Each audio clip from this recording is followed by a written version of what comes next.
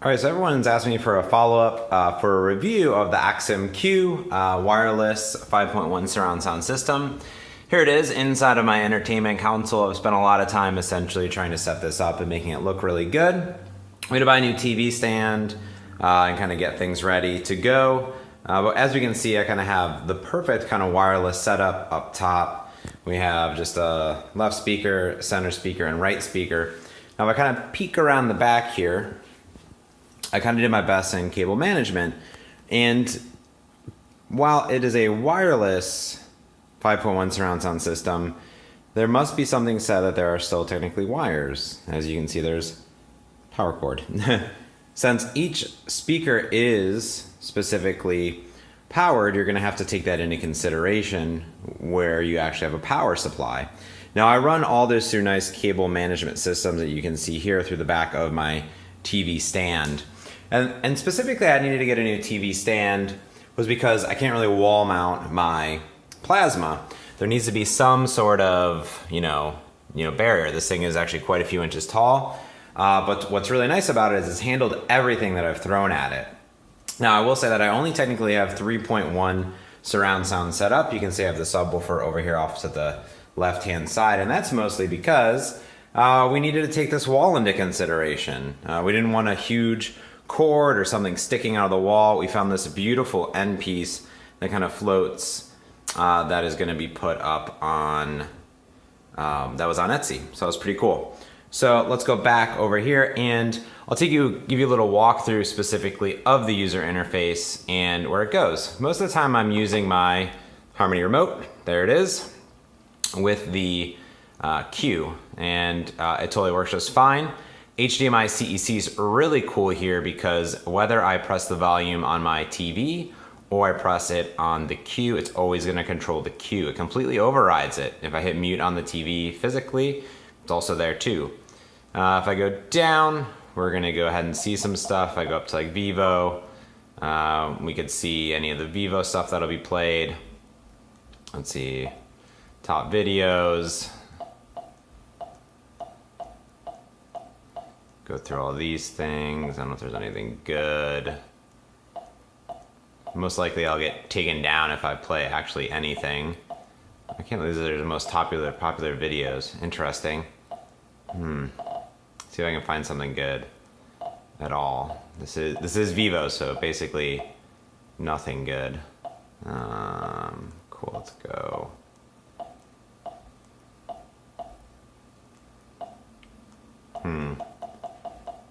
Maybe some Justin Bieber? No, I don't know, I'm just kidding. I do listen to a lot of Justin Bieber. Let's see. Maybe, let's see, I took a pill and then we can do some stuff, right? So there's me sitting there, hey. See if I can you fast forward through this thing? The bass is pretty deep, has a really good feeling to it, I would say. I can really fast forward through, okay? The bass is really deep. I haven't had any problems with the audio, anything like that, which is really nice. I'd say that we've been really happy with it so far. We made a few adjustments, but the bass is extremely strong, which is really nice and very clear. To show Fiji I was cool. And when I finally got sober, felt 10 years older, but fuck it, it was something to do. I'm living out in LA. I drive a sports. Let's go back, because I don't want to get takedown video just for playing some audio. What I'll take you through, though, is kind of some cool bits of the Q. So I have the remote here specifically, the one that they came with it. And I use this whenever I need to make any adjustments, specifically because it has the Q button, the power, things like that. So I can hit the power button and, where's it at?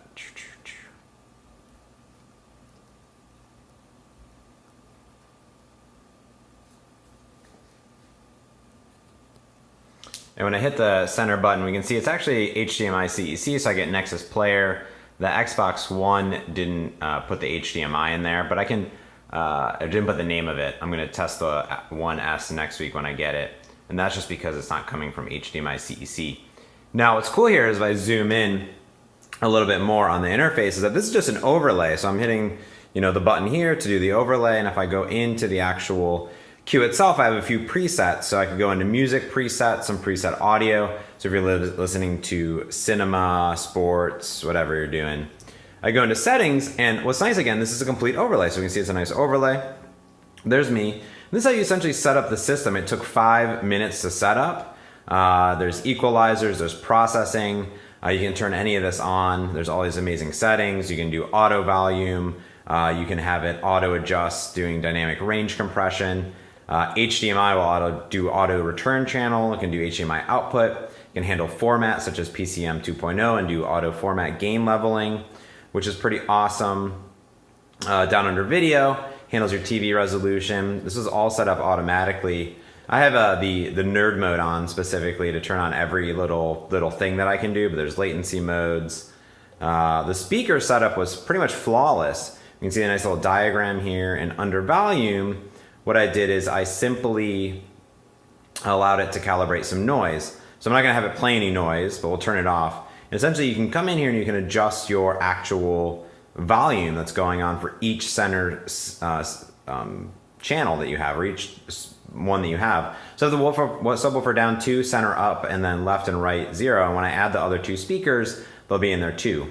Not only that, you can adjust the distance, and I just set them to 6 feet currently because that's where they're all at. You can reset, and you can set up all the channels. So you can see I can add more speakers at any time if I want to.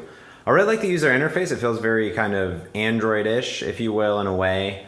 I like that quite a bit. Under more, you find Bluetooth pairing. So there's Bluetooth here. Control, there's the HDMI CEC. Network, I actually just have it plugged into Ethernet, because why not? Personalize, what's nice here is you can adjust the name, the accent color, which will also adjust the mobile phone application. There's a screensaver. There's time zones. Actually, I should probably turn that to never. There we go. There's user interface that you can override. So there's navigation sounds. They can wrap menu. They can do all this. Like, if you really want, this is like crazy that they have this option, but you can turn on the blue LED, which turns on the blue LED and leaves it on. I actually turned on power mode, but that's about it. I'll turn off that blue LED. And you can adjust the default volume, which is cool. So the default volume, you can say, hey, when you start it up, you know, always turn it to 50, and that's going to be the default volume. And the volume I've had no issues with at all. There's a few other things. So there's remote. So there's like the status that it's paired. This is Bluetooth.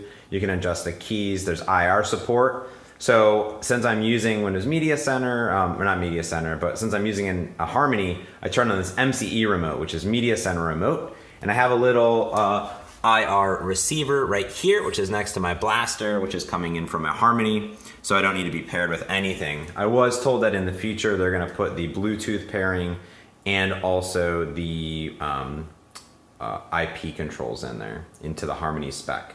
There's support. I've actually sent some diagnostics in and talked with the guys at Axiim. There's a lot of cool stuff here. I can name it. I can do downgrades. I can do factory resets. I can reboot. There's a whole first run experience, which is quite nice. And then there's updates, and I'm on the beta channel, and there's multiple updates that you can do. I did do one update already, and it updated just fine. And it just took a few minutes to download and unpack everything, and they had a few bug fixes. So I'm hoping to see them update this over time.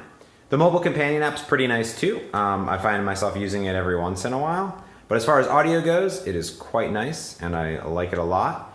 Right now, if you use coupon code MOTZ, MOTZ if you will, MOTZ, you get $500 off anything you want. And here's what they look like. I mean, they are super nice speakers, super hefty. And of course, the Q sits down there, perfect, right next to my Nexus player. Until next time, I'm James.